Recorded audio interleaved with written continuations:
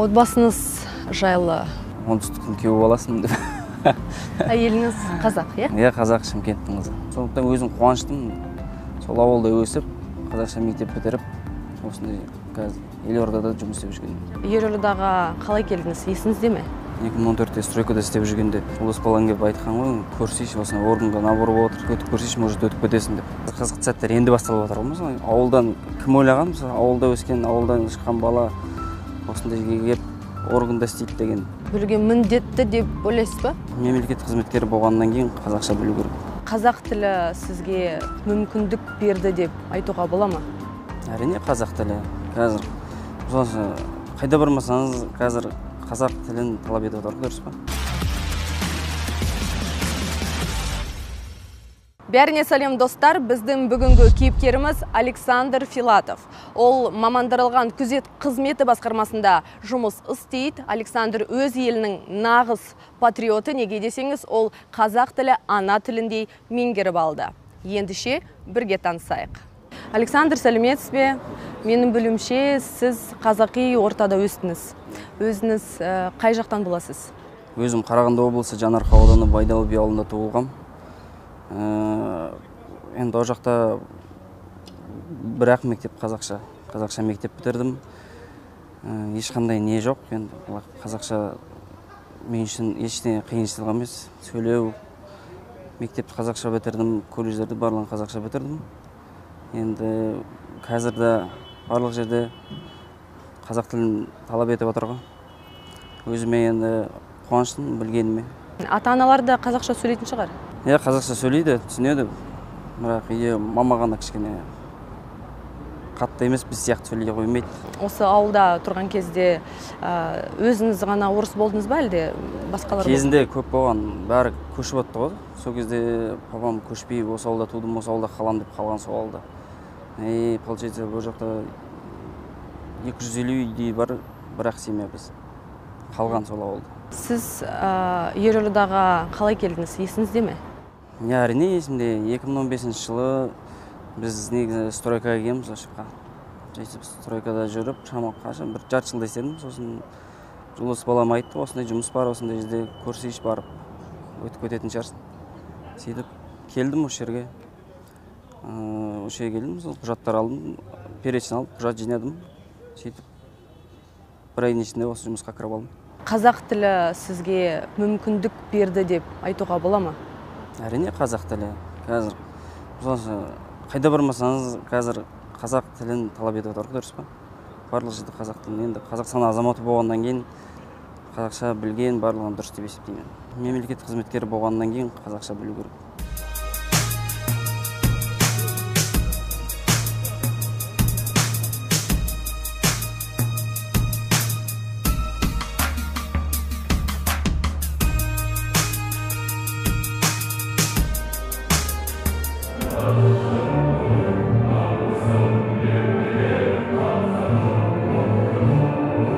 Сіз өзіңізді ерекшемін деп сезінесіз бе?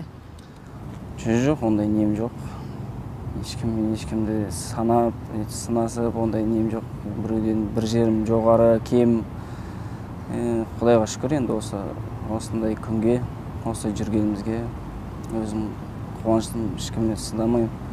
Адам айтады ғой, мысалы, атағында дүниеде түк емес, атағында дүниеде түк емес дейді ғой, мысалы. Адам болып келгеннен кейін адам болып кету керек та. Отбасыңыз жайлы? Отбасым жайлы ма? Отбасым мен 2021-де үйлендім. 2021-де үйлендім. Қазір бір қызым бар, Құдайға шүкір, бір жарында. Оңтүстіктің күйеуі баласымын деп. Әйеліңіз қазақ, иә? Иә, қазақ, Шымкенттің қызы. Шымкент, Тастайдың қызы. Осында, иә, Астанада? Иә, осында. Екеуін үйленгенде сондай, үйленбей тұрғанда айтатын бұрын жұмыстағылар. Балалары әдемі болады деп, иә? Тва, красавица.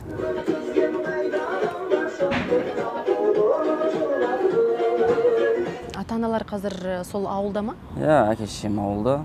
Өзіміз 4 ағайындымыз. Мен 4 жақтарымыз ғой. Бәрі жұмыста қалада. Үйде қазір әкем мен шешем ауылда.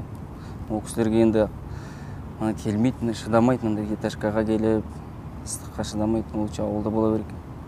Шақырып бақтық. Келгісі келмейді. Келеді, и то бір-ақ күнге әрең кетеді болды. Шыдай алмайды, Шыдай алмайды. Ата-аналар немен айналысады? Өзіміз ауылда мал шаруашылығы. Мемлекеттік қызметкер қазақ тілінде сөйлеу керек пе?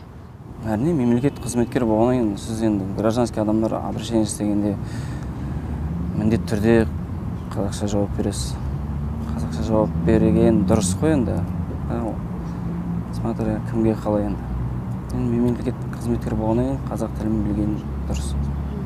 Білген міндетті деп ойлайсыз ба? Міндетті әрине. Қазақстан азаматы болғаннан кейін бұл азамат білуге міндетті. Сіздің жұмысыңыз құпия деп айтуға болады, Иә, мен өзім қазір отырған орын, атқарып отқан лауазым жұмысым, құпия болып саналады енді. Сіз өзіңіз қандай жұмыстармен айналысасыз? Мен көбінесе қағаз жағында, компьютерде отырамын. Ал негізі осы мамандырылған күзет басқармасы немен айналысады? Олар андай объектілерді күзетеді ғой. Гос объектілер, сот, акимат, тағы басқа, мысалы, неде бар, Вячеславка бар, мысалы, водохранилище, стратегический объектілер, сондайлар күзетеді. Адамдар, мысалы, жұмыста, сізді қалай қабылдайды? Ол кезде бәрі орысша сөйлеп жүретін. Даже оқуға барып келгеннен кейін енді бөліп тастайтын бізді, объектілерге бөлгенде, сөйтіп напарник, енді молодой, мен жас қызметкер болғаннан кейін үйретуге бір старший қояды. Мысалы ойлайтын, орыс бала келді, жақсы болды, өзі Шымкенттің баласы. Орысша үйреніп алатын жақсы болды ғой деп. Сол кезде қазақша сөйлегенде өзі мен орысша жеткізе алмай жатырмын ғой, саған сразу айтпайсың ба деп, сондай біраз қызық нелер болған. Былай жұмыста жақсы бәрі. Қазір уже бәрін танисың, жақсы араласып кеттік қой. Ешкім таң қалмайды? Жоқ, ондай таңғалар жоқ. Тура ауылдағыдай болып кетті уже. Ауылда қазір мысалы таң қалмайды ғой, дұрыс па? Енді мен мына жұмыста бас кезде таң қалады деді, қазір енді таң қалатын түгі де жоқ. Былай қарасам ол мақтаныш емес қой, дұрыс па? Өзің үшін өзің білген жақсы да.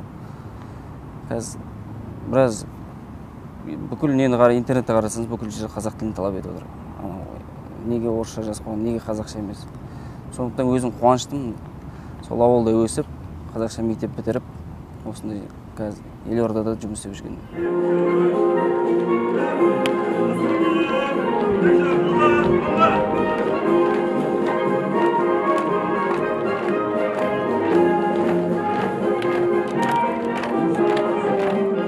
Александр, сіз жаңа айттыңыз ғой, осы Астанаға 2015-те келдім, стройкаға деп.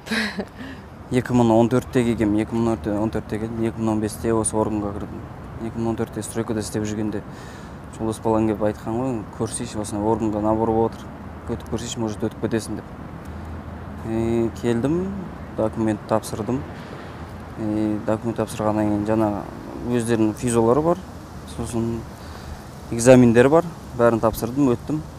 Бір ай Шымкент қаласына оқып келдім, Бауыржан Момышұлының өзіміздің МВД школа бар, соған оқып келдім. Бір айдан кейін 2 ай стажировка, сосын жұмысқа кірдім. Осы сіздің жұмысында қандай да бір физподготовка айтамыз ғой, негізі бар ма сондай? Бар, әрине. Ол не только біздің жұмысте, мемлекеттік жұмыс болған, барлығында бар ғой.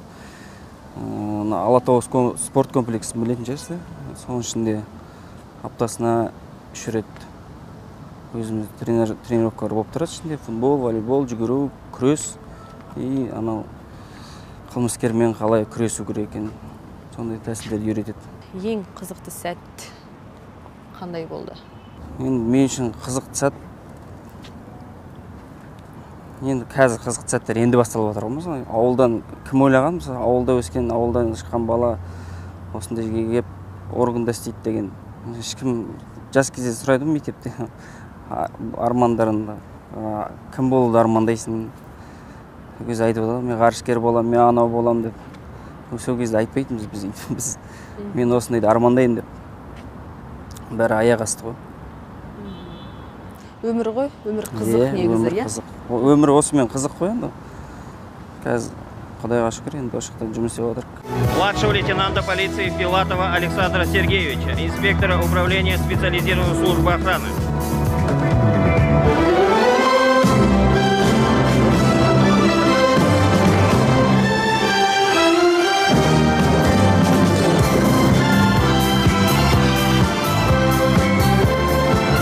Көтенгеніңізді қалайсыз ба? Әрине бір орында отыра берген болмайды ғой. Биіктерден көрінген әр адамға өзіне приятно olur. Сондықтан болашақта енді бұдан да жоғары жерлерде көрінеміз деп ойлаймыз. Құдай қаласа. Құдай қаласа, иә. Александр, сұхбатыңызға көптен көп рахмет.